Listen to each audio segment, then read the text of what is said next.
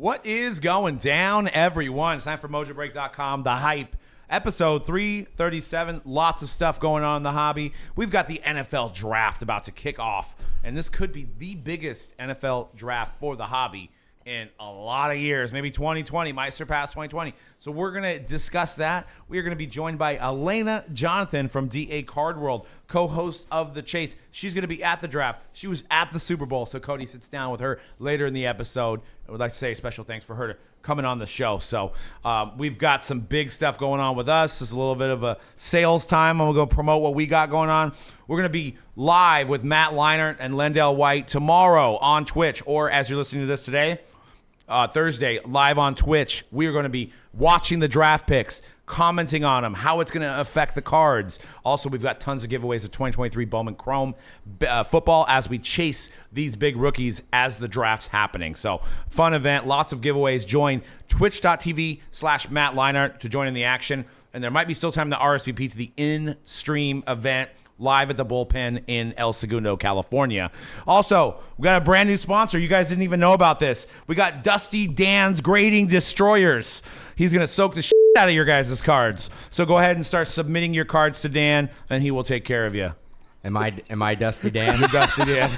I mean, I kind of like that. Is that name. me? I don't hate Dusty Dan's Grading Destroyers. Grading Destroyers. Yeah, because you're going to destroy those grades. Yeah, you think you're going to get a 6? Dan's going to soak the crap out of your cards, and you're going to get a 10. Oh, I thought...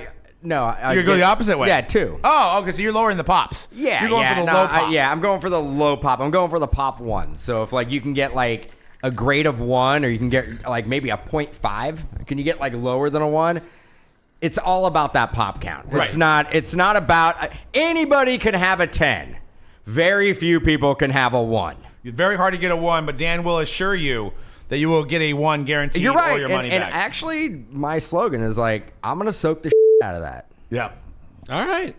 I'm going to soak the out of your cards. I mean, Fair enough. Have this episode. Fair enough. Obviously, hopefully you guys could send some satire here, but we do have our brand new Mojo Break, and this is not satire. It's not even it's gonna be funny when you get some big cards. But Mojo Break Quadruple Double basketball is dropping this Friday on Mojobreak.com and on Fanatics Live. So wherever you digest Mojo Break, you can join in probably one of the most unique basketball products ever created. So each case is gonna have 4 buyback cards. And it's also going to have 4 hobby boxes. And those boxes could be an Eminence box, could be a Flawless box, could be 1819 National Treasures, could be Prism Choice 1819. We've got you covered. We got plenty of 2023, 24 Prism in there too to chase Wemby. So $1.99 a spot gets you a random team for the buyback cards and for the boxes in each case.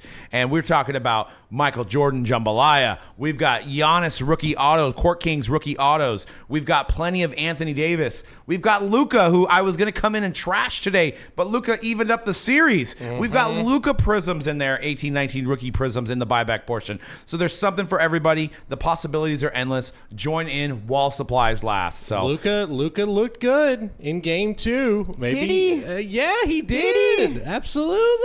Yeah, no is he doubt the about MVP it. this year? No, the MVP is still Jokic. But are you sure? Are you sure they can? Am give I it to, sure he looks good? No. Are you sure that they can give it to Jokic again? At some point, you got to give it to some. And I think it's between. But who it's else? Like basically Jokic. They're not going to give it to Shea. No. Like they maybe Luka. Luka would be the next closest. I think they're going to give it to Luka. I just don't see it happening. I just think Jokic, it's once again, they were close to the number 1 seed. He is still the most dominant force in the NBA when you take things all considered. Yeah, it's that Jokic. series should be tied 1-1. Which one? The Nuggets. The Nuggets Lakers. It's the Nuggets. Lakers let it get away. This is how you know the Nuggets have taken the throne from the Warriors. Okay, relax. That is listen. That's a what game. podcast you're on. I know. Lucky C-Rad's not here. It hurts my soul to even say it, but that's the kind of game in the middle of the Warriors dynasty that they would have pulled off. That is the kind of win they would have pulled off. Yeah, where but they we're had talking no about 1 business. championship to 4. We still Oh, got I get a long it. way. I get it. There's a long Yeah, way to go. Yeah, I mean, But that's where I'm like, when it's all said and done, I don't okay. think the Nuggets have 4 rings. Do you with think they this- have with- 2?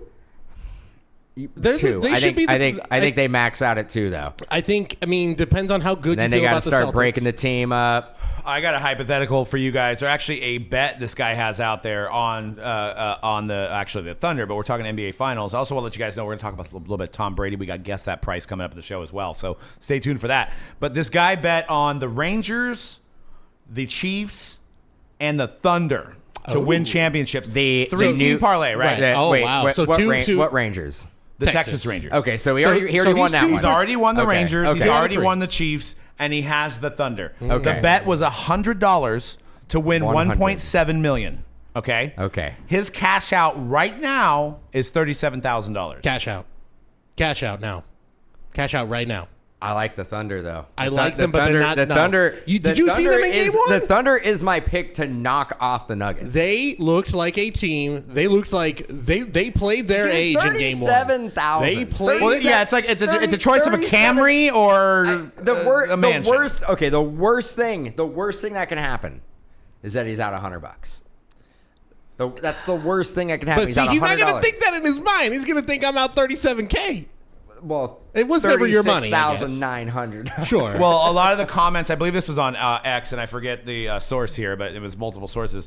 A lot of people were saying, well, you're pretty much a lock for them to maybe move past the first round, Sure. right? So maybe you reassess the payout in the second round. Look, after watching game one, I am though, letting.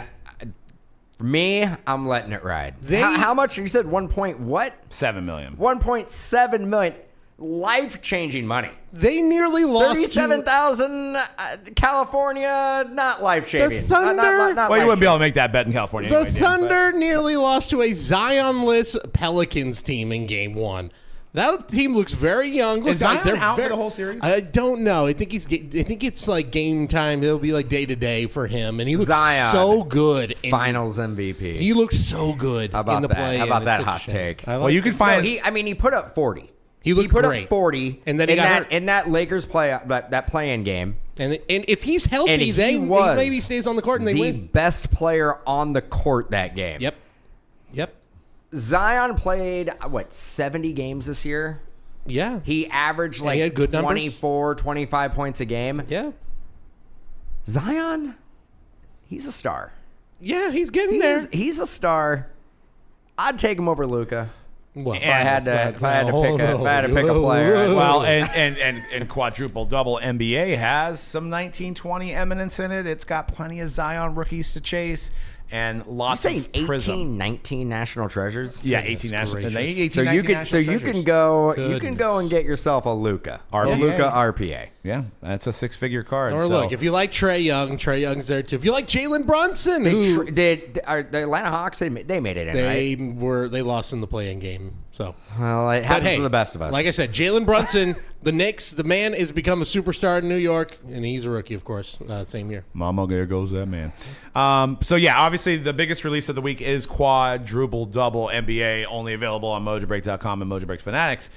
But we'll go over some of the other new releases for this week. We've got 2023 Skybox Metal Universe, 2023 Origins Basketball, and 2023 Topps Machine. We can just move on. Well, I'll tell you I was right trying to now, put you guys I to want sleep. I want to see a little bit more enthusiasm out of Skybox because we got a little bit of it. Also, I'd that's- like to, Oh, okay.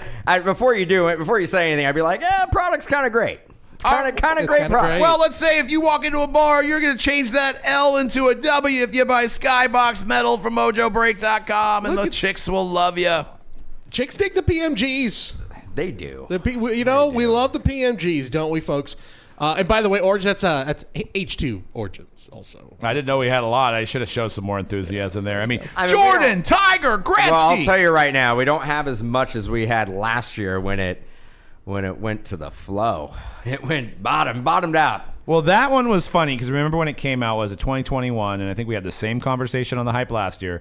Is it went from being a $200 box to like a $900 to $1,000 box overnight because it was the first year it had been back, so it was the first time to hit Jordan PMGs again, and we all tried to not saying we did it, but people tried to artificially create some kind of market that wasn't there. It rode that wave into the next release, and it started coming down. That one came down, and then the next year, I think this is the third year that they've come out. Third year that came out. number 3. The next year, it came out not as high as it did in 2021, but it just never had legs. But it came out, even direct, it was probably too high. This year, direct, probably still too high. It's for what you're getting. I mean, I know I'm letting that. I'm showing how the sausage is made here, but I think it's 165 direct. Okay. And what's it currently trending for? It was retail? 190 on DA. Yeah. And I think they put it up to 200. So not a ton of meat on the bone. Was LeBron in last year's? I don't remember if he was in. I think he has been. Okay. First year, definitely there was some LeBron. $199 on a pre-sale there for. Shout out to DA Cardwell once again. Alaina Jonathan coming up on the end of the show here, so stay tuned for that great interview as well. 3 promos for DA. I like it. Yeah. I mean, that was Big mine. fans. Mine wasn't Fitting even for planned. the episode, yeah. Wasn't even scripted. Just went straight into it. Big fans. So yeah, I mean, Origins H2 or Origins already been out, but this has exclusive SPs including Snake Eyes and Insert and Big Bang. So and then Pristine makes its debut. We've seen Pristine baseball. It's coming to soccer. Looks like there's a possible Ronaldo chase in there, and it's going to be the road to the Euro Cup. So it'll be those Euro teams in there as well. But let's go ahead and move on to Tom Brady and Tom Brady. Kind of a confusing story here, but. He had an event with designer Tyson Beck, I believe, and then there was parlayed into this Miami event that happened over this past weekend where 100 fans paid $3,600 to take picture with Tom Brady and bring stuff that was signed. Apparently, the story was convoluted from the promoter who didn't understand the ebbs and flows of a contract deal. And when these customers have spent $3,600, reached out to the promoter and said, "Can I bring a card?" He said yes. "Can I bring this?" He said yes. He didn't understand it, apparently. And I guess there was a guy that cracked out a Bowman Chrome Refractor, which is a big card, to try to get it signed. Got turned down. Probably wasn't a 10, though, right? May not have been a 10. Probably wasn't a 10. Yeah, big misunderstanding on this one. And I think, too, a complete misjudgment of the audience. Clearly, that I think they made that a $3,600 ticket where it's like you get to go to this motivational speaker event, you get to meet Tom Brady, you can take a picture, and then he's going to sign a headshot for you. Like that's, I think, if it was the same thing for, I don't know, motivational, Tony Robbins, there you go, where it's $1,000. Tony Robbins isn't $3,600. No, maybe 1,000, maybe.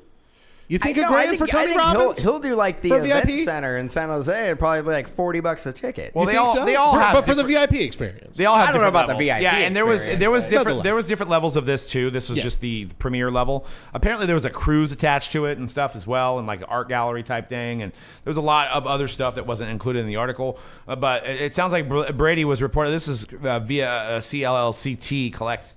.com, I guess you would say it that way, but it's CLLCT.com, Darren Ravel's new outlet. Collect Media. Brady was reportedly blindsided by the items collectors brought, believing the $3,600 price tag would attract a different audience.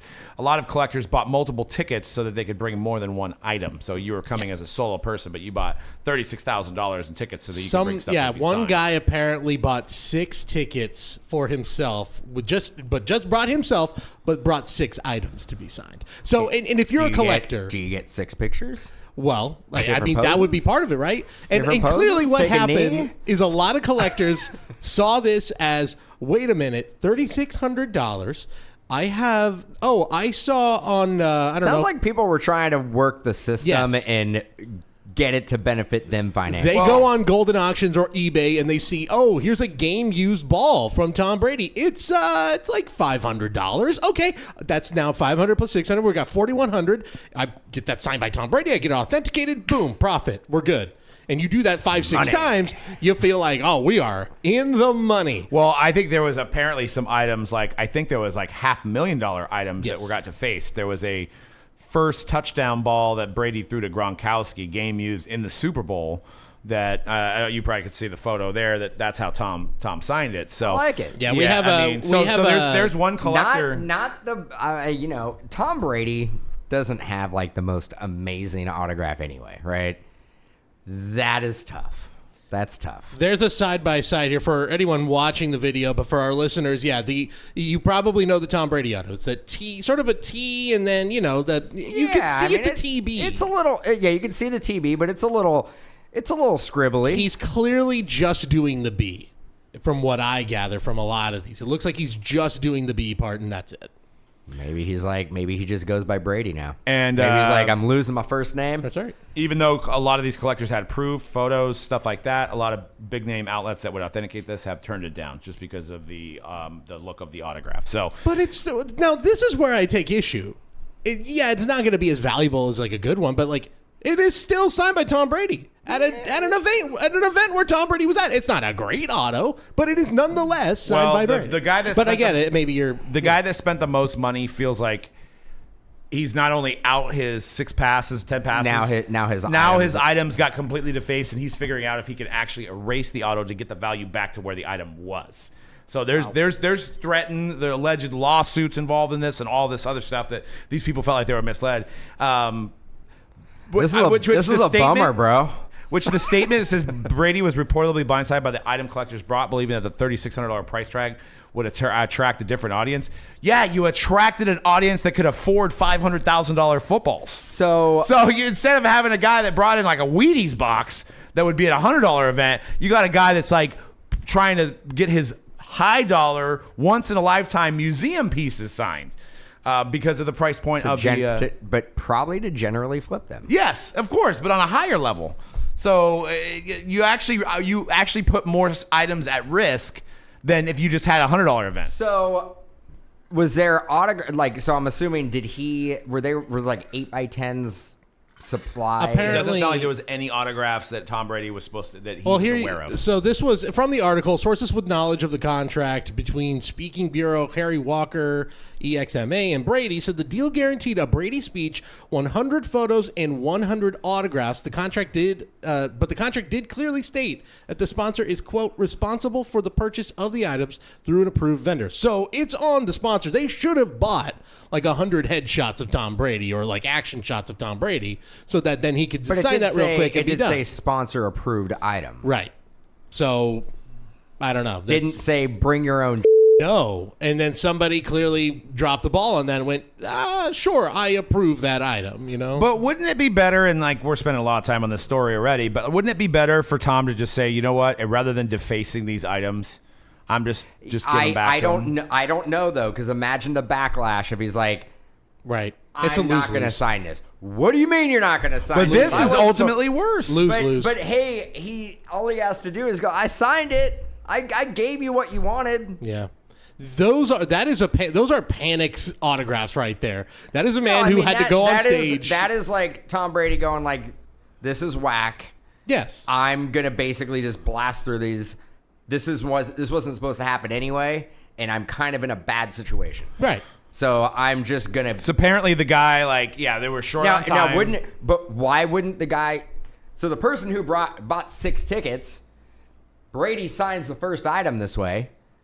Why doesn't he go, whoa? No, it was in the back room. So this is what happened. I guess the people that had items got collected. So he didn't sign it in front of the people? No. Yeah, that's the other part. Yes, there was not some sort of authenticator back there. Then you got to go, wasn't even signed by was it signed by Tom Brady? Was it signed by somebody else? Was it signed by the promoter who basically dropped the ball and was like, hey, Tom, is it cool? Like, I know this is messed up. Like, you didn't want to sign these. Can I just, sign these in the back for you? Maybe, and then yeah. Because apparently, one of the security guards or somebody got black bags of all these items, 100 different black bags, and carried them in the back. And they were like, let's hurry up. How do they know which item goes to which person? I'm assuming there was names in the bags or holding what. up yeah. I got a ticket here. Got a football. Just a disaster. Just a truly everybody loses in this to me. Nobody wins. Not a lot of win. I mean, Tom Brady got paid $3,600. Yeah, true. Right? Well, he probably didn't get all that money. Yeah. I'm sure the promoter. We're not. I don't want to say everybody lost. Just like in every aspect of his life, Tom Brady won. So somebody won. He'll be fine. I will tell you right now, Tom Brady probably doesn't want to do a lot of events going forward. He's probably like, I ain't signing. Look, you don't think he got a stern phone call from saying, "Oh, that's New York area code, Fanatics headquarters." Tom, if you pull that crap again at Fanatics Fest, we're done, bro. Well, no, We this gotta is start. He's like, who is this? The Some reason, shadowy- First off, some shadowy figure. nobody has a conversation with Tom and says, "You better do this or We're else." done, bro. We're done. No, nobody is done, bro. no, with but Tom. guys, the reason why this happened is because of his Fanatics deal. He's not going to treat the Fanatics deal the same way. He knew that, like, Right. oh crap, I No, have you're a right. Fanatics deal. I can't sign cards. I'm not supposed to sign jerseys. I can't sign this. I can't sign that. Like, you And guys. then, of course, what does everybody bring in? Cards. They bring in jerseys. like, he probably was like, I can't sign these items. And then he just sees literally a pile of all the items he can't sign. And he's just like, what do I do? Yeah. Like, I'm just going to scribble nonsense on them. Because that way I don't piss off my partners and Fanatics. In his mind, he's like, I still signed it. Not thinking that, like, the signature was going to actually devalue the items that he was signing. Yeah.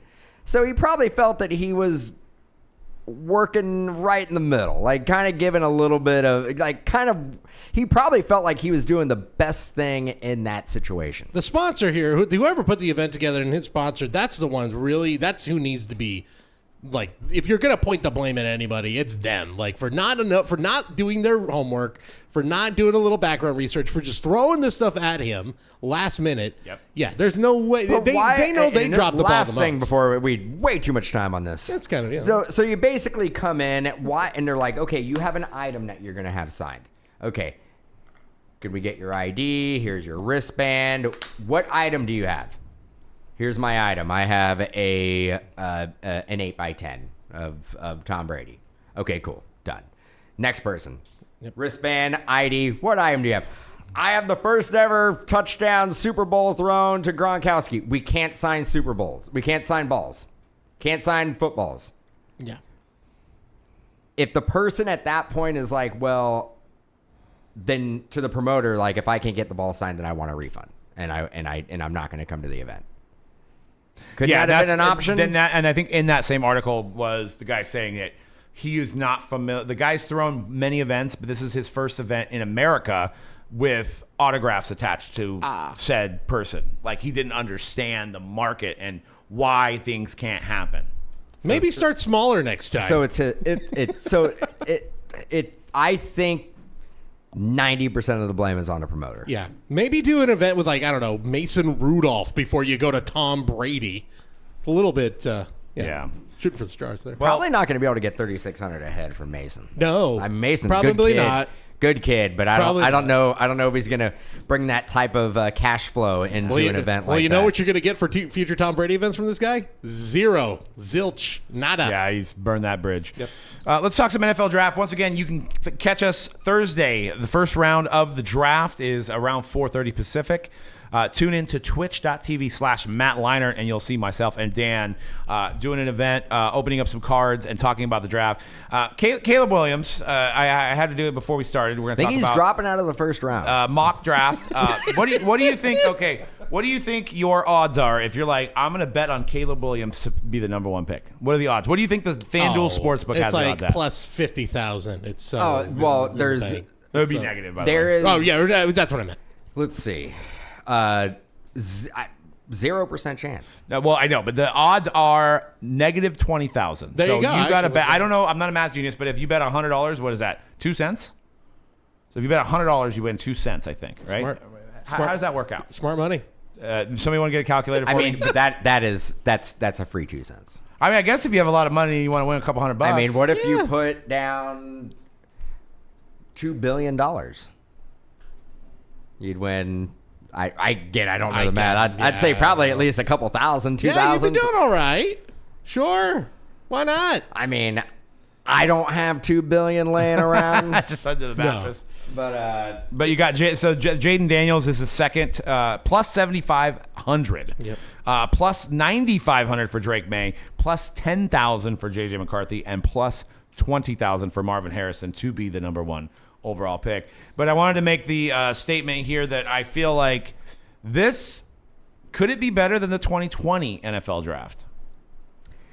I've been doing a lot of research Because obviously we got the event with Matt Leinart coming up on Thursday. And you said, what, 4:30? 4:30 Pacific time? Yeah, I think that's when the feed actually starts. Yeah. And this draft is absolutely stacked when you look at it from a hobby perspective. There's not, I don't know if we are going to see a draft that's going to be like this, and if we've ever quite seen one that's going to, and I know you say 2020, this is better than 2020. This potentially could be better than 2020. We have 3 receivers that would probably be top 3 picks if it wasn't so quarterback heavy. Right. And the quarterbacks, Caleb Williams, and I hope this ages well, very well. It couldn't. There's a chance. But I think he is as a sure thing as it possibly gets from a quarterback position in the draft. Yep. It seems like it. He had some, question marks about mini camps and painted nails and stuff like that. I got a question. Let's actually say, the quarterbacks that were drafted last year, let's just crazy thought process, put them in this year's draft along with the rest of the quarterbacks. Stroud. Yeah. Caleb's still number 1. Bryce Young. Mm-hmm. Put them in there. Yep. Where did they go? I think Caleb still goes 1. Caleb's still probably 1. But I think all the other guys go before Stroud. Maybe. I honestly think Daniels goes before Stroud. Drake May. I think Drake May goes before Stroud. McCarthy? I think Stroud goes before McCarthy. Yeah. But I think McCarthy goes before Young. I think Bryce Young. Really? I think Bryce Young. And we're talking going into it where just hypothetical, they're all the same class. Like we don't know. For whatever reason, Stroud either came out a year late and Young came out a year late, but they all ended up in this draft. I still think Bryce Young probably is the second guy picked in that. Yeah, we're saying that now because we saw a year in Carolina, which maybe we can give him a pass. Right. I'm actually giving him credit that he's still in the first round. You take the tape on him in Carolina, he's third, fourth, fifth round. It wasn't good. Stroud, 100% still probably a top 5 pick this year. Yeah, but and I know you have on these notes that Michael Penix is not projected to go to the first round, but I've heard rumblings that the Raiders thinking grabbing him at 13. Yes. So I actually hear the Raiders trading up to number 9 to get him. No need to do it. I know there might be a run.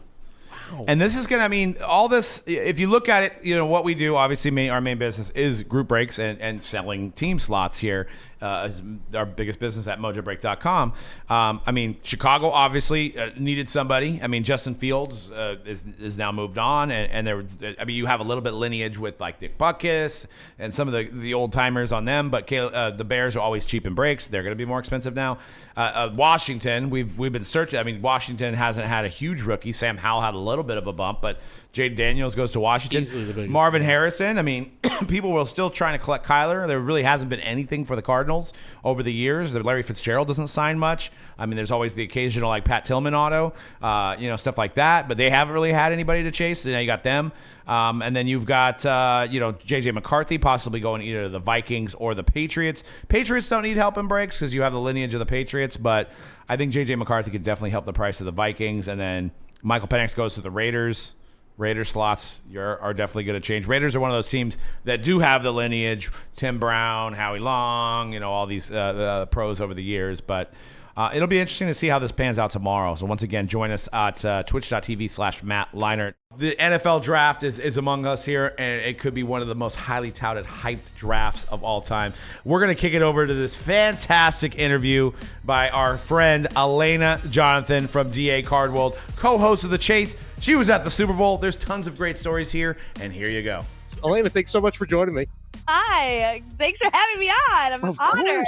Of course, of course. Yeah, well, you guys have such a fun show at the Chase. So that was a blast being on.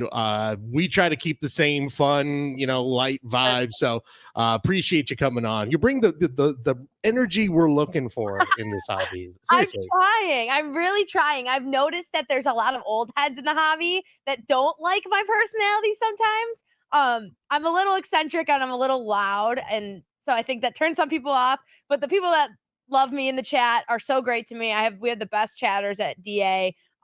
They troll me a little bit, but that's all good fun with the gremlin, like my whole persona. So yeah, I love the hobby. I wasn't ever really into it that deep. My cousin was a huge hockey collector. He has McDavid Young Guns, that sort of thing, that I always remember him opening Series 1 and Series 2 as a kid, not understanding it. And then when I got into the hobby, I realized that, now I can collect whoever I want. Like I'm Joe Burrow, Joe Flacco, Josh Allen, whoever I want, I can have. Right. It's great. I'm enjoying it. It's opening up a whole new love for sports for me because it's forcing me to learn about the old players that I typically wouldn't have cared about. So you kind of touched on what I wanted to get into to start. I always like to ask everybody sort of their hobby history. So hockey is kind of where you're just kind of watching in the background, like what's going on here with the hockey cards. Is there any other sort of, I know a lot of people, Pokemon and that type of stuff also is kind of a gateway into this. So just give me a little bit more about your hobby history. So like I said, my cousin Danny, love him. We were born on the same day, 2 years apart. He was the one that always had a box of hockey cards every birthday, Christmas. It was in his stocking. It was under the tree kind of thing. So I always watched him open hockey cards and I couldn't ever understand his process, right? He was top loading, he was sleeving things, and I just never fully grasped what that all was. So that was really my only introduction into the hobby was hockey cards, which now coming to learn, it's like the cheapest form of collecting, it seems like, just in terms of pricing and boxes and that sort of thing. Anything else, I grew up with a sister close to my age, so we weren't collecting cards or anything like that. I really got introduced through Dave and Adams going with my cousin to these stores. So he was one of the first people I told when I got the job because I was like, you won't believe where I'm working sort of thing.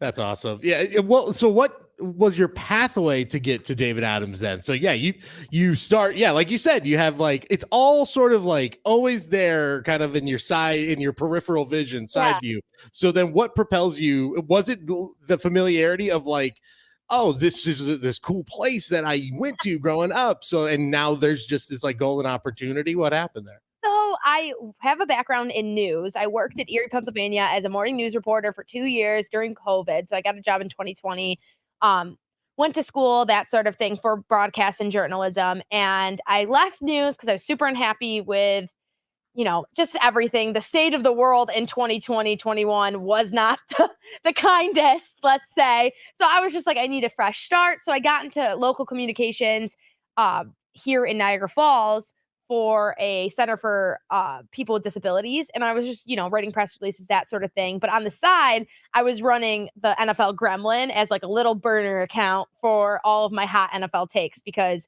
I really wasn't into the NFL this heavily as I am now until a few years ago, right? I grew up a Buffalo Bills fan, so you're forced to sit through Bills games even if you aren't a football fan. That's just the culture here in Buffalo. Right.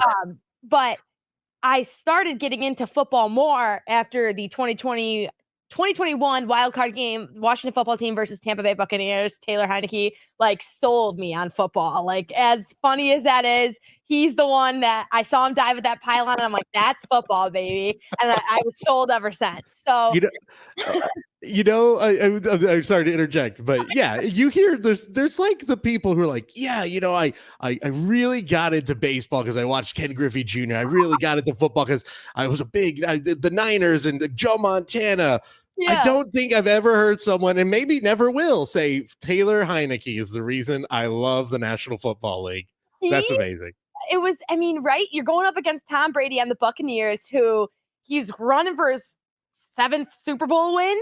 And I hated Tom Brady growing up because he's on the Patriots. He destroyed the Bills every chance he got. So I'm automatically cheering for the Washington football team. And they're now my second favorite team because of Taylor Heineke.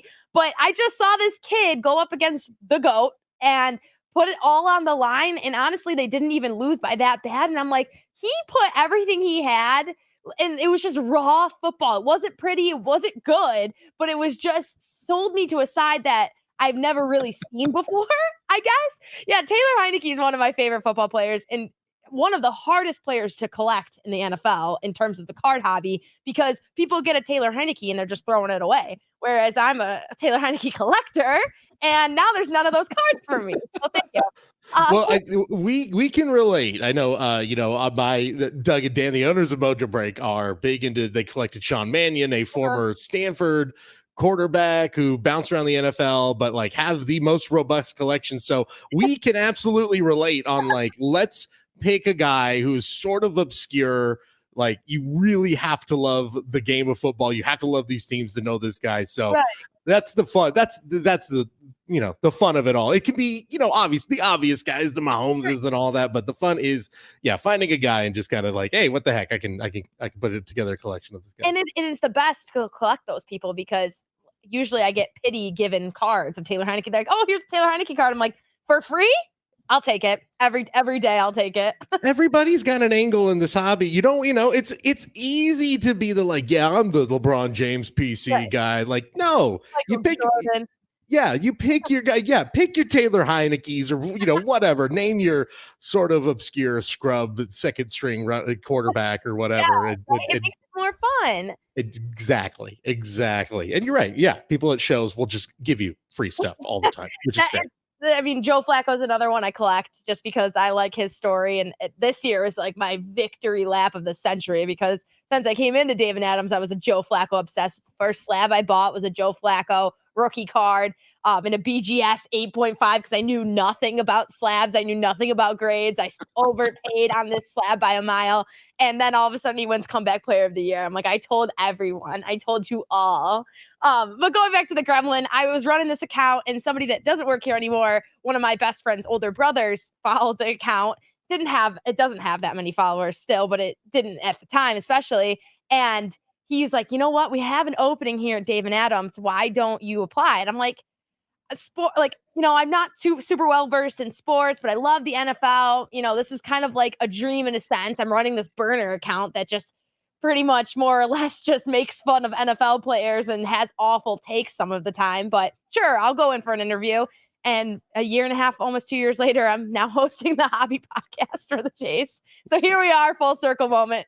That's awesome. That is awesome. And hey, that's all it takes, especially today's world. Like you catch on. It just shows you the power of social media, how it's like something, I went for broadcasting and as well at school. And I think it's something that even when you're going to school, you have it in your mind of like, this is the pathway, do it this way, but it's evolved. Yeah, absolutely. And that's what's crazy about it. And I think a lot of colleges, I went to a SUNY school here in New York. I went to SUNY Brockport, love SUNY Brockport, but it's a very archaic sense of climbing that media ladder where it's like you start off in news and you work your way up and you put in the hours, work Christmas, work Thanksgiving. And with social media, that's just not the case anymore. Like we've seen so many people go viral off TikTok and Twitter and Instagram that are able to make their name so much easier than, in local news. So yeah, exactly. And a lot of people who followed that same path who are now in this hobby who said, you know what? Yeah, I'm going to, dip my toes in and are making a name for themselves. So a lot of folks I know following that path, and it's showing because you see so much really fun, really great content that, it's like well polished. It's got that like, you can tell everybody knows what they're doing, Oh, yeah. They know their way around a camera.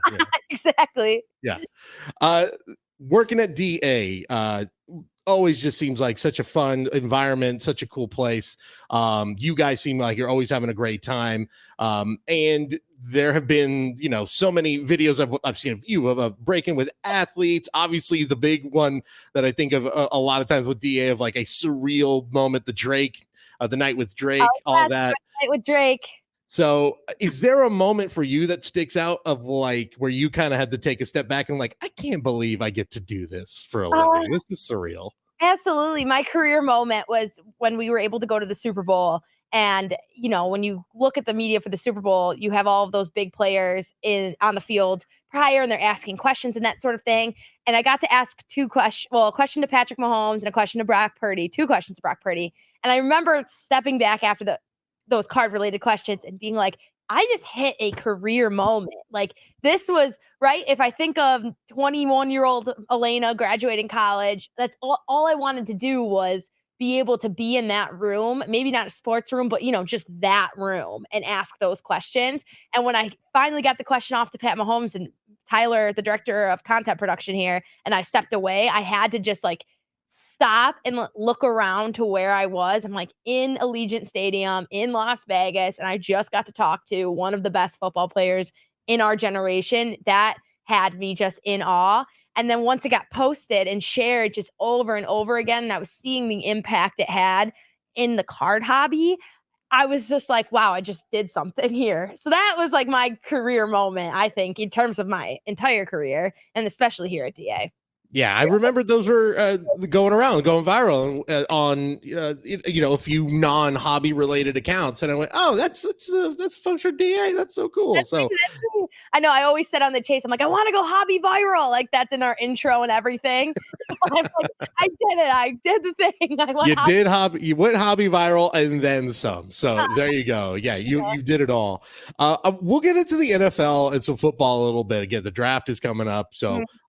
In fact, I think as this episode is being released, it's today. First round will be on Thursday, so that's going to be a lot of fun. It's a lot of interesting things card wise. But before we get to that, I think this is something I'm probably going to ask almost everybody until we lead up to these events, and I feel like it could be one of the big stories. It's going to be one of the biggest stories in this hobby, I think, for the next year, 2 years. Is now suddenly, it's now been a little over a week since Fanatics announced Fanatics Fest.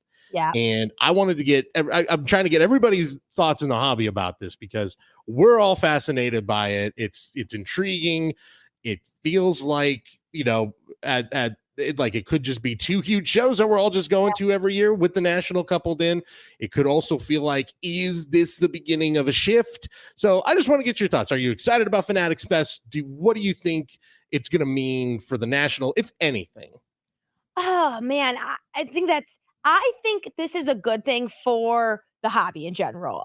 Having a festival like this, Fanatics Fest, where you're able to kind of, at least how they're pitching it, be more close with athletes and have that sports centered feel, but also with the hobby mixed in. I think the national has gone on for so long and there's a necessity there for somebody to challenge it, right? It's the same thing every year. You have the vendors, you have the card people, you have the people looking to flip. And I think a challenge to that it's not so much of the same thing, will help the national evolve in a way that I think we just never in the hobby seen before. And especially those that have been involved in the hobby for longer. Competition is good, right? I mean, we're seeing less and less competition in the hobby as the years have gone on.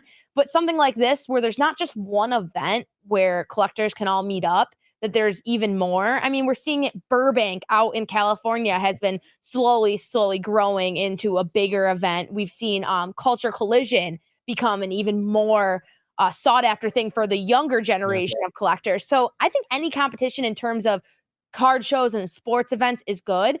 I think especially for Fanatics Fest, they have a focus on cards, but they also have a focus on let's connect the fan to an athlete, which is something that the national doesn't do. I think they do more so, those signings and stuff like that. Whereas let's connect the fans. That's the only way the hobby is going to grow, is that you connect all three, right? You connect the athletes with the cards and the cards with the fans. And for people that don't collect, that's the whole goal that we all have, right? David Adams wants to get the people that don't collect cards into collectors' hands, more so than not. So I think it's a good thing. I'm excited. Unfortunately, I can't go to Fanatics Fest this year because I'm in a wedding that day. And I was like, that weekend. And I'm like, of course, I'm going to miss the first one. Like, it's so annoying. And I'm going to have such FOMO. But I'm excited to see what comes out. I think it's going to obviously have some bumps in there. It's probably not all going to go flawlessly like any first-time event does. But it'll be interesting to see the turnout.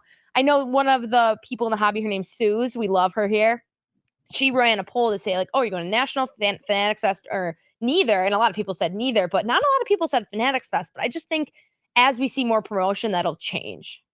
I agree. I think there's a lot of hesitation of just what is it exactly? Mm-hmm. Like the national, exactly what you're getting. There's comfort in that. Yeah.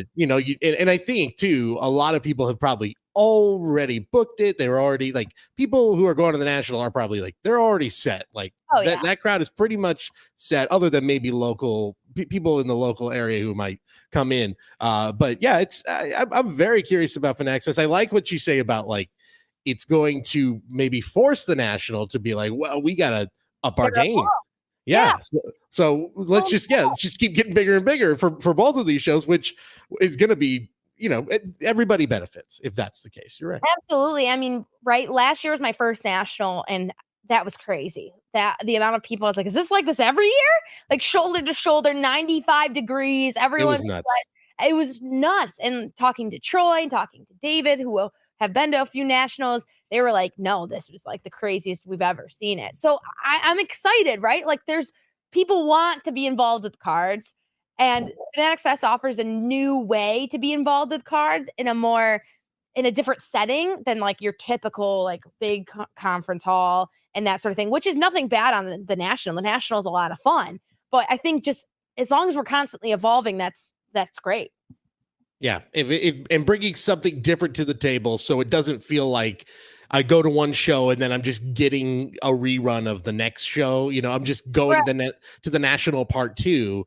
You want it to feel like something completely different, and then and like you mentioned, you got like Burbank, which is a week after Fanatics Fest, by the way. So for folks who are, and I'm sure DA is probably doing the planning of like, all right, we got 3 big shows in about 5 weeks into that span. It's going to be a crazy summer for a lot of vendors and a lot of the, for the business side of things. It's going to be a pretty wild summer. Absolutely. Yeah. It's exciting though, right? Like everyone wants to say that the hobby's dying or the hobby's doing this.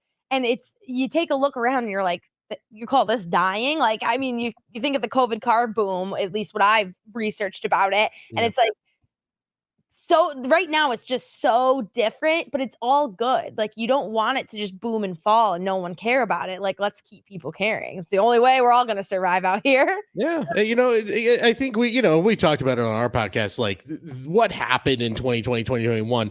You see the highs. At some point, it was so high, it was unsustainable. Like, I think what's happening now is it's not some sort of crash, it's an evolution. Like, and maybe that some people are like, you're looking at rose-tinted glasses, but I do believe that. Like, it's evolving. And like you said, all these shows are popping up. They're not a flop. They're doing well. Like, I think Fanatics Fest is going to be a success. It's going to find its footing, but that to me says it's evolving, and it's certainly not, crashing. It's certainly doing just fine. And I think of our local card show here that we put on it at our retail store. We started, I want to say almost a year ago, putting on a card show, which we have a 40,000 square foot retail shop. So there is some room for all these vendors. But I mean, it is tripled in size in our retail shop alone in the Buffalo area, Western New York area. And it's like, if it was dying, we probably would have scratched this card show 2 quarters ago, So it's exciting to see even locally here in the Western New York area that's happening. And then we're talking on the chase with all these people from all over. And it's the case everywhere across the board. We just talked to a guest, Gas Breaks. They're out in Washington, I think Western Washington, and they're saying they're seeing a boom. Like it's across the board there. And Fanatics and Tops aren't stupid. They know exactly what's happening, and they're only evolving to make it better.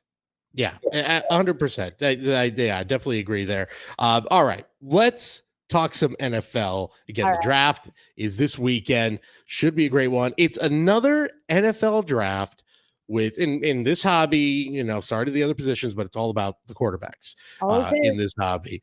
And this has the look of, I think we're at minimum, we're going to see at least 3, if not 4 QBs taken in the first round, potentially 5, right? Depending on, I think, how I haven't seen some recent mocks with Mike Penix. I know it's been a little up and down with him. He could fall to the end of the first round, but minimum, you're going to get probably 5 QBs in the first 2 to 3 rounds, which those are the guys we're going to be all collecting. So let's just start off easy. I mean, Caleb Williams feels like the obvious guy. Is he the obvious guy? Yeah. And if not, then who would be your other pick? If it's not Caleb Williams, it's Jaden Daniels for me. His play style is so explosive. We just recorded a video, and this will be out by the time the video comes out, but we did like a mock draft because I'm going to the draft in Detroit alongside the director of social, the director of content production, and one of our breakers, Steve, as well. So us four are traveling, and we just did a video. And like my persona is the Gremlin, I had the Washington Commanders trading up to 1 for Jahan Dotson for Caleb Williams, just to fulfill my dream of that. But that's obviously not happening. But I like Jaden Daniels at number 2. I just think his play style is so explosive, and he's mobile in that sense that it just makes him the obvious number 2. People have been arguing Drake May and at number 2 for the Commanders, and I just don't think the Commanders are going for another UNC quarterback after getting burned by my love of my life, Sam Howell, but that's just another story for another day. Maybe he could. What? He just got traded to. Yeah. That's right. You know what? I don't hate it. Quickly it changes. I don't hate it for, like, Geno Smith's on his way out, right? He's older and he's a well-seasoned quarterback that's pretty average, but I think for Sam Howell to learn behind someone like that isn't the worst thing to happen to No, his not at career. all. Not at all. Yeah. Yeah, it's yeah, I think you're looking at least top 3 though. Those are going to be QBs, which it does to me echo like it feels like a repeat of 2021 where we all were so like, oh man, what a good QB draft.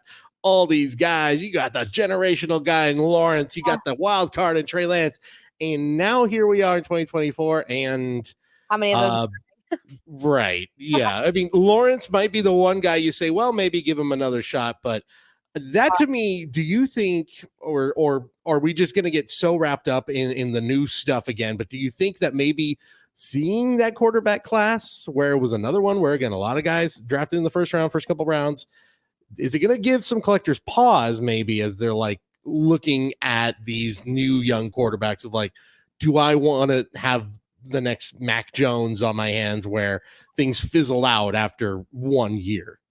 It's so hard, right? Because the Mac Jones, I always think back to that kid that made $100K off that Mac Jones. Smart young man. Oh Yeah. my God. I mean, if you want to play the game like that, like go for it.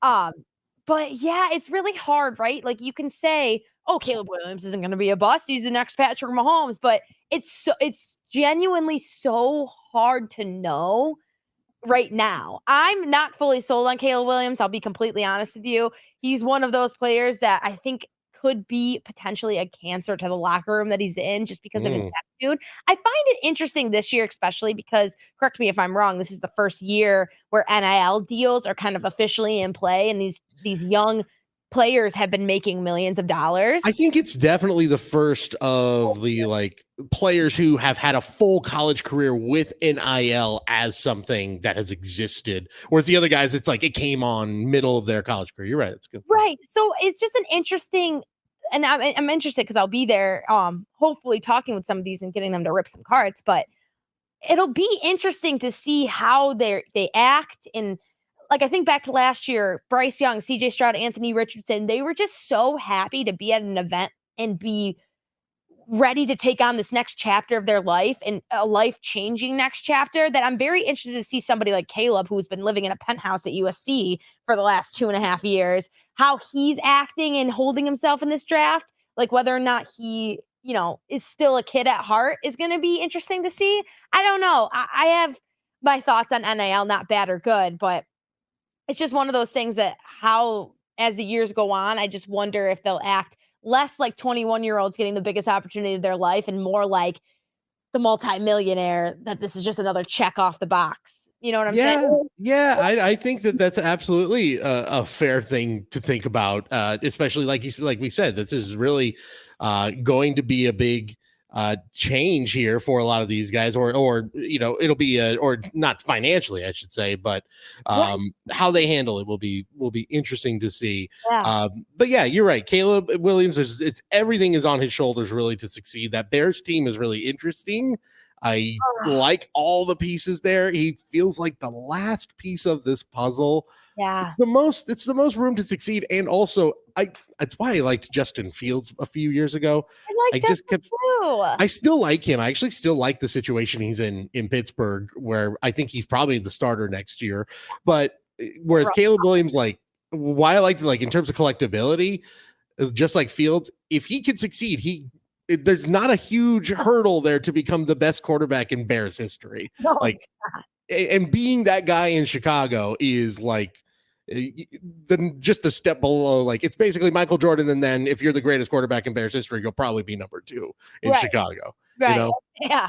That's all they really need. That city has such a good fan base too, and a collector base, I want to say as well, that Very if good you, collector. if you get that quarterback in the Bears uni and he succeeds, whatever that looks like in terms of it's got to be better than Fields or whatever we've had before, that only will just increase Caleb Williams' hobby value by a million. Like, if he's even close to Patrick Mahomes or say Josh Allen or Joe Burrow kind of talent, that I'm excited to see. It's only good for the hobby in that sense.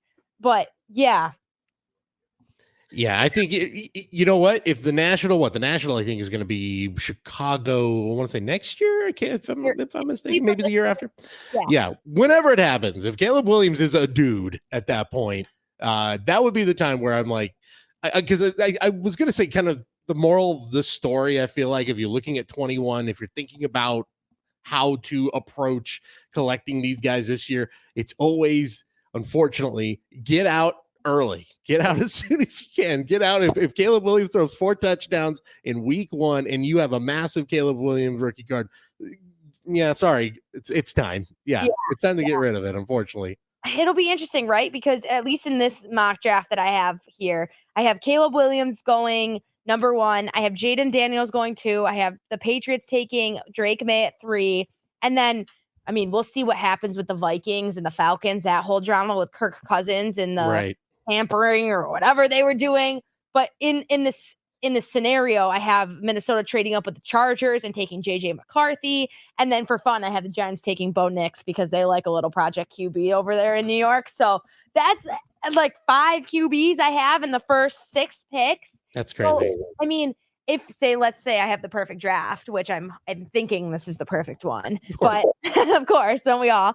But like, the collectability there will be insane because then everyone can just kind of run the risk where they please, right? Like, you have 5 rookie quarterbacks to choose from, and obviously 2/3 of them are probably going to bust, but I don't know. I'm still on the train in terms of collectability with the NFL. Like, can we get away from the QB centered collecting and appreciate those wide receivers and like the running backs too? It's like, how does somebody like Derrick Henry, who has just had insane seasons and just a monster on the field, not have more of a market?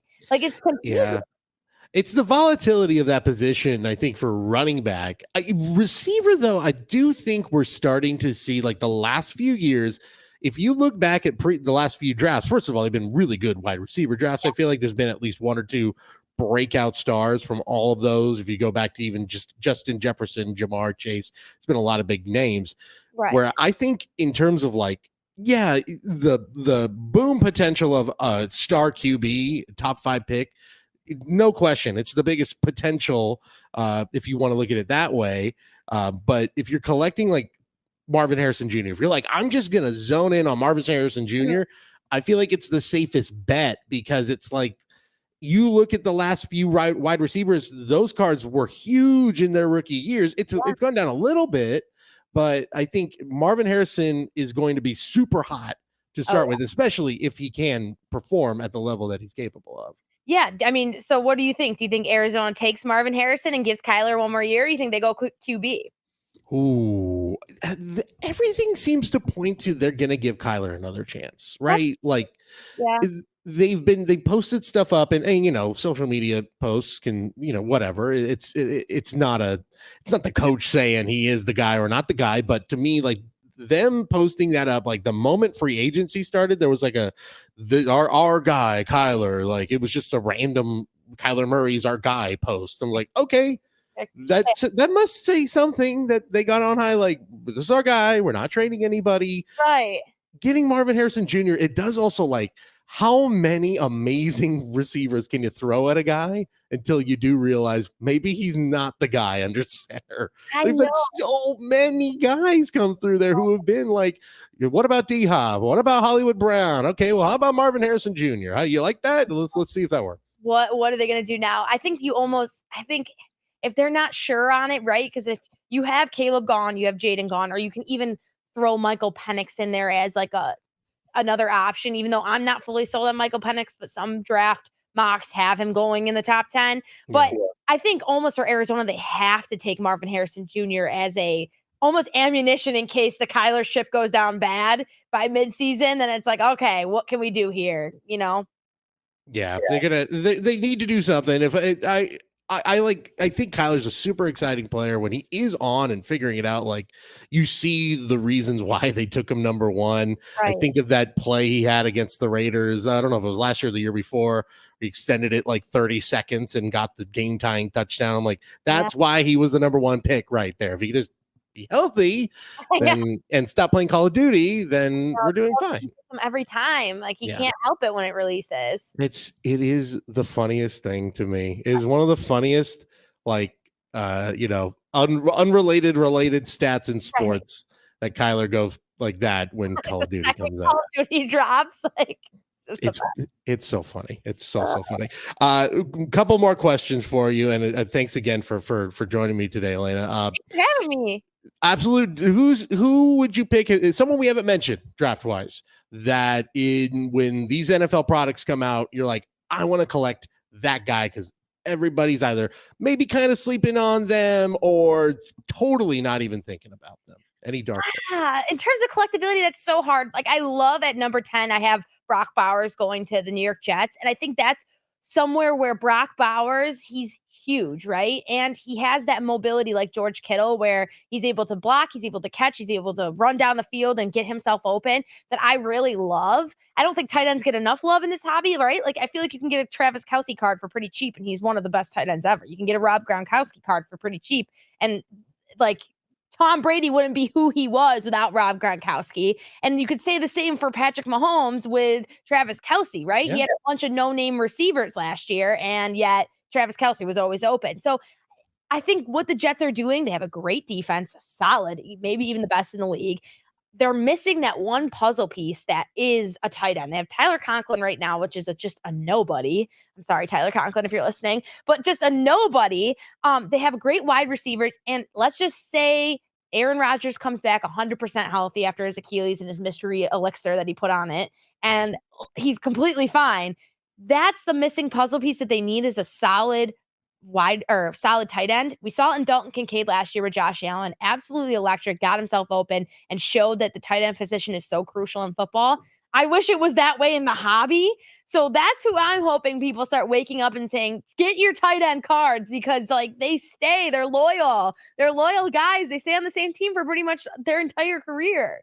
That's a great point. And I think it's a position too where guys can make a really quick instant impact that we've seen, like first round tight ends.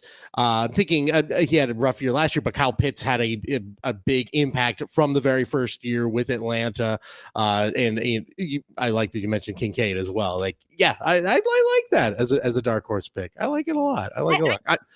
It's so interesting why these other positions, it's always the quarterback, right? And I understand it. We get tunnel vision with QBs. We get such tunnel vision with QBs where it's like, it's a 52-man roster. Like, why aren't you collecting the edge rusher? Like, come on, people.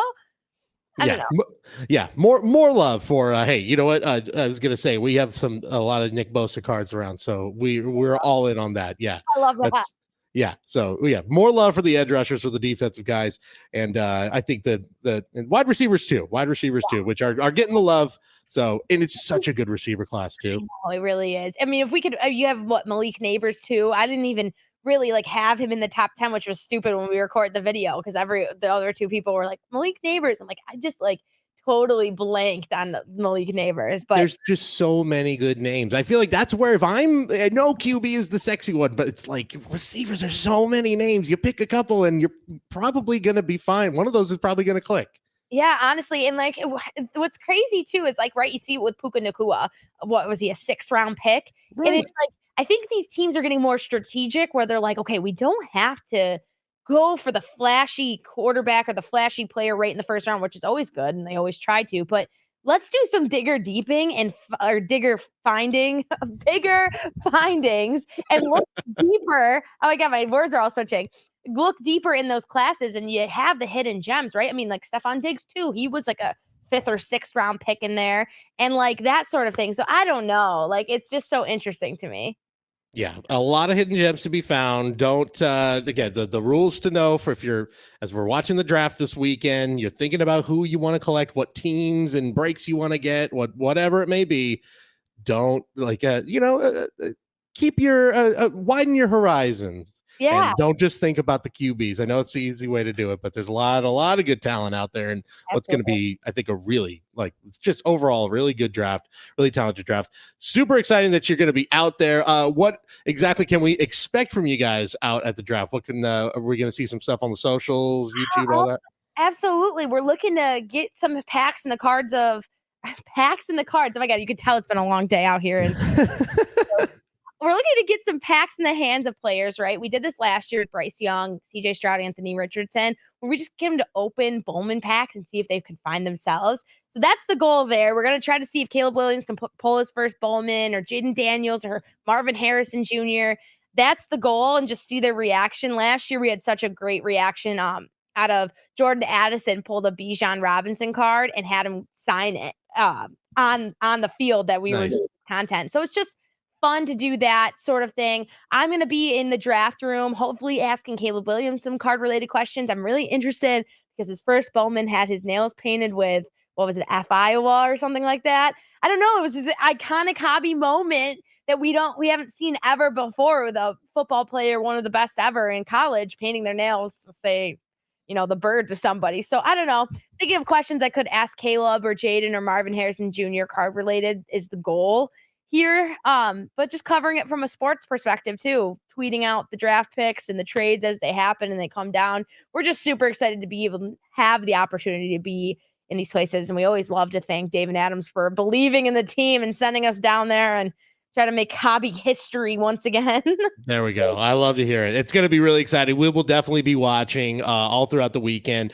Alaina, thanks you so much for joining me today on the show. Real quick, where can everybody find you? Go ahead and plug your socials, everything you got. Oh my God, I'm on the other side of the coin now. So I'm live every Monday, Wednesday, and Friday on DA Card World. Twitch, which is twitch.tv/DA Card World at 11 a.m. Eastern time. So that's a little early for the West Coasters out there, but you can find us on YouTube at DA Card World. The Chase, David Adams, The Chase. My personal socials are DA_NFL Gremlin. If you want to see just what tomfoolery I'm pulling off every day, then you can go over there as well. There you go. All right, Alaina, thanks so much for joining me. Really appreciate it. Thank you. This is so fun. We're going to get into Guess That Price, guys. Guess That Price basketball edition in celebration of our release Quad Double. So a lot of these guys, or actually all of these guys, will be in Quad Double. So it's good to kind of talk about some of their prices. All right. Quadruple Double. Guess That Price. Basketball edition.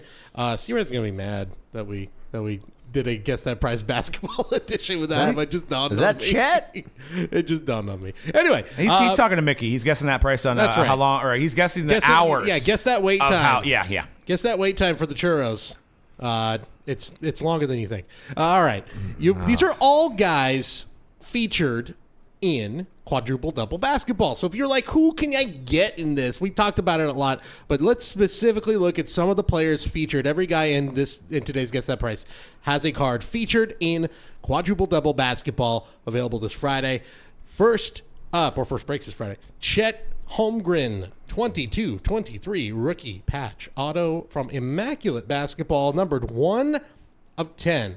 This is not graded. It had 45 bids on March 31st of this year. Before the playoffs. Okay. Right before the playoffs. But they were already pretty much locked in. They were locked in as at least a top 3 seed. Now they're the number 1. All right, I'm going with $6,500. $6,500. I'm going with $5,200. Actual price $4,206. I thought it was a little high on that one. Dan, I mean, on the board. Not gonna say it, but there's one thing I do know, and that's Chet. That's right. We know Chet's Chetty. value. We know Chetty. We know some cheddar. All right. Next up, let's go throw it back. There's so many cool throwback cards in this. including, I believe I saw there is a chance for some Fleer! cool Fleer, Patrick Fleer! Ewing. So why don't we do a little There's not something only different? Patrick Ewing autos, there is an 86 Fleer Patrick Ewing PSA 9. There you go. That's called symmetry. Which is right considered there. his rookie card. Yes. There you go. This what's is this? an 88 Fleer sticker, PSA 10. That's a superstar sticker Fleer 1988 PSA 10 of the aforementioned Patrick Ewing. This sold Hoyas. on Valentine's Day, February 14th of this year. 47 bids on this bad boy. Wow. This is a hard one. Yeah. Ewing, Knicks basketball is hot What's the right pop now. count? No. Probably, you could probably get that pop count on two hands with that bad boy, I'd imagine. Can't be very high. All right, go ahead, Dan. It's a sticker. It is a sticker. I'm going $850. I'm going $749. Actual price. Let's give some love to the stickers. $7,251. Well, that right there is what we call a good I mean, old-fashioned shill bid. That's a 6,500. that's a shill bid. 47 bids on that. So I want to see the payment on that, but I'll take the W. Fair enough. You're getting the I mean, dub. You get the dub. that was close. I mean, stickers are hard to grade. Keep them, you peel them off. You stick them on a binder. I so- get that, but Yeah, it's not the do one. you know what you can buy Patrick Ewing Right. related for? How much? A fraction of that $8,000. cost? Yeah. And you go sticker? This is bought by Patrick Ewing's family. I was gonna say, yeah, that's Patrick Ewing. Maybe it actually. I know what it was.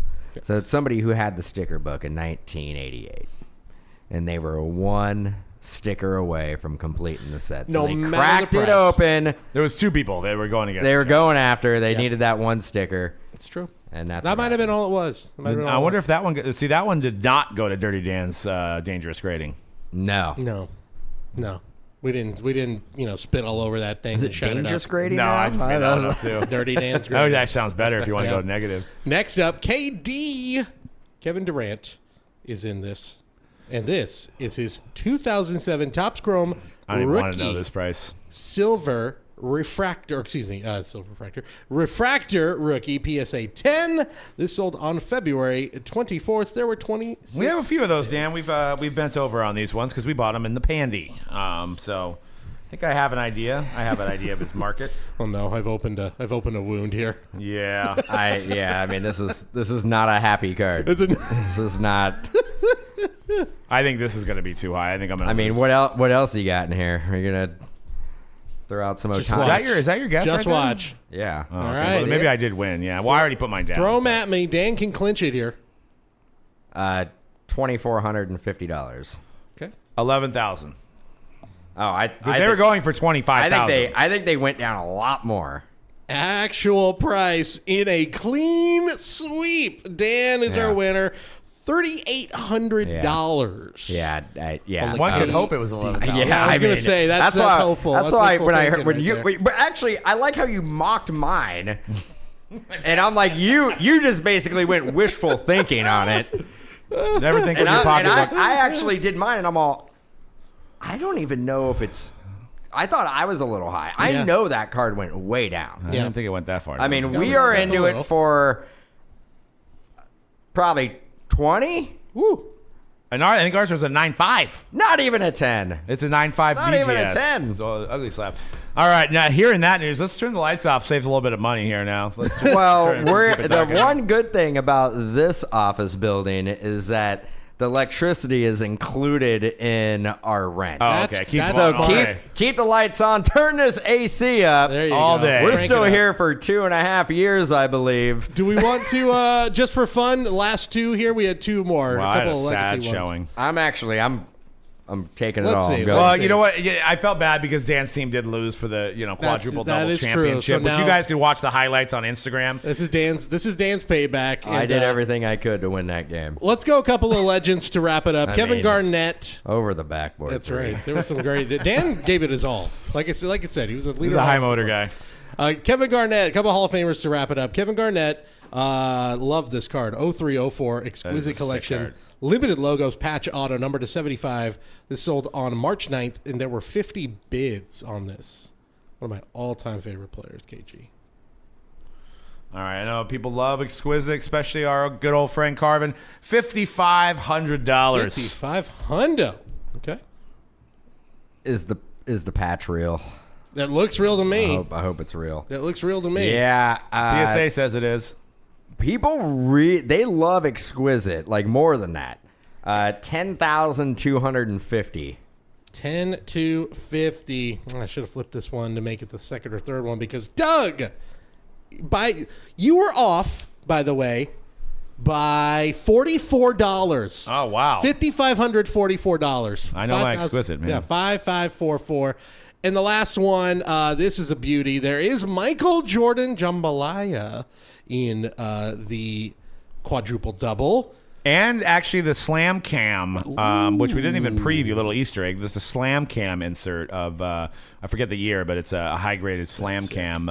Beautiful card. That's amazing. And this one is a pretty amazing card as well. BGS 9510, Michael Jordan 2000 Upper Deck Master Collection.